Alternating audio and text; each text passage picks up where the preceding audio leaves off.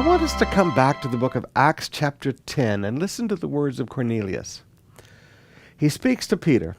He said, "Now we are all here, waiting before God to hear the message the Lord has given you." Now we are all here, waiting before God to hear the message that the Lord has given you. When you go to church, what's your attitude? Straight question. When you go to church, what is your attitude? Are you going to church to do business? Are you going to church like a social club to be with your friends? Or when you go sit down in church, your attitude is, I'm here before God. I'm here in the presence of God. I'm here, I've gathered together with these other believers in the name of Jesus. We're here before God. And we want to hear the message God has given our pastor today. We're here for the message. We're not here to be entertained. In many churches today, the whole concept of the message of God has been lost. It's now a little 12-minute or an 18-minute life coaching story with maybe, if you're lucky, a verse thrown in.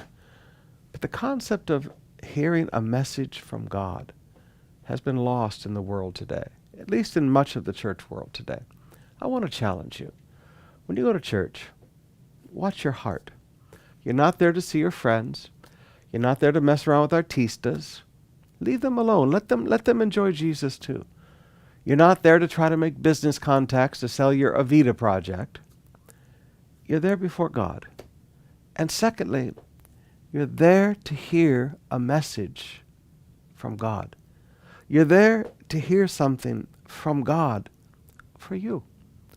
Now, I've talked to the members. Let me talk to pastors that are listening. You don't go and get sermons off sermoncentral.com and I'm sorry, you just don't do that.